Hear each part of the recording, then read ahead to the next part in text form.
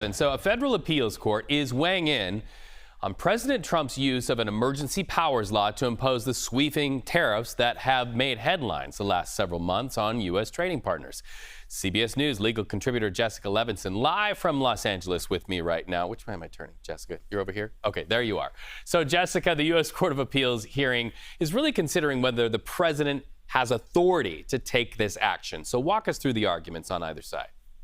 So that's exactly right. I think it's actually a two-step process here. One, did Congress have the ability under the Constitution to provide the president with this authority? Because let's go all the way back to the Constitution, Reed. The Constitution says Congress has the power to regulate interstate commerce, including tariffs.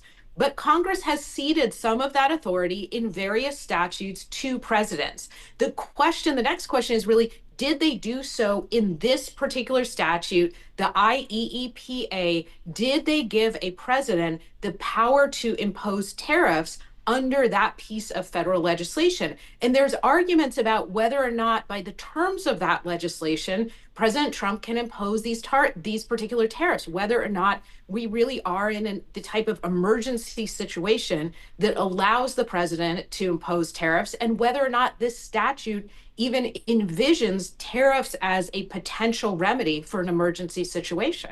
All right, so you've now calibrated our minds to look back. You talked about the Constitution. Is it also true that no president has used this so-called International Emergency Economic Powers Act, and that's a mouthful, that it's never happened? And how is it applied, and how does it stand up in the context of the court arguments? So not used for tariffs. And that was a big part of the oral arguments this morning, which is that when you look at statutes that might give the president the power to impose tariffs, this isn't one of them. And I will say there were a lot of people who study international trade and international law who were somewhat surprised that the president pointed to this statute in trying to justify the tariffs. Now, I think this will really be a question for this circuit court that looks at these issues on whether or not this particular law is a broad grant of authority. Even if a president has never used the statute to impose tariffs before, does the statute embrace that? And this is, again, Reed, we're going back to that question that we're asking so often: how broad is executive authority? How much did Congress give a president, and how much can a president take under this statute? All right, so Jessica, while we have you, I want to really capitalize on your expertise in California law specifically, because we're seeing what's going on with Republicans wanting to move around the lines of that congressional map to try to pick up seats in Congress, especially as we look at the midterms and how crucial that's going to be for Republicans.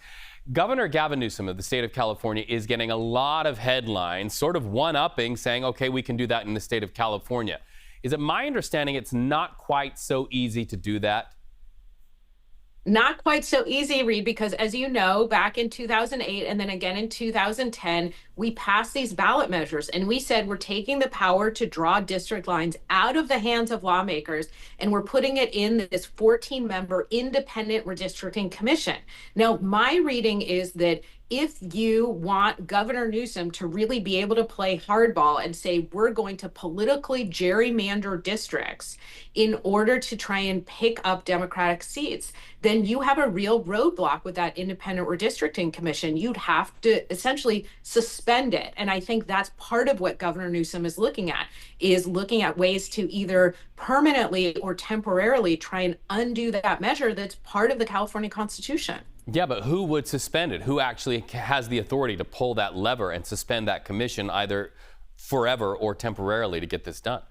So we know that when it comes to how do you change a ballot measure, it's with another ballot measure. And how do you change the Constitution? It's with a vote of the people. So I think all roads lead to a really difficult process of putting something to the voters to ask them whether or not they want to, again, permanently or temporarily suspend these measures. Now, there may be somebody who's looking at this who found a workaround, but generally speaking, you have a ballot measure, it's passed, you need another ballot measure. This is California law. You need another ballot measure to overturn it. And anything in the Constitution, you need to go to the people, a vote of the people, to change that. And so I think this is going to be very difficult for Governor Newsom. Jessica Levinson, always great to talk to you. Thank you so much for helping us to understand.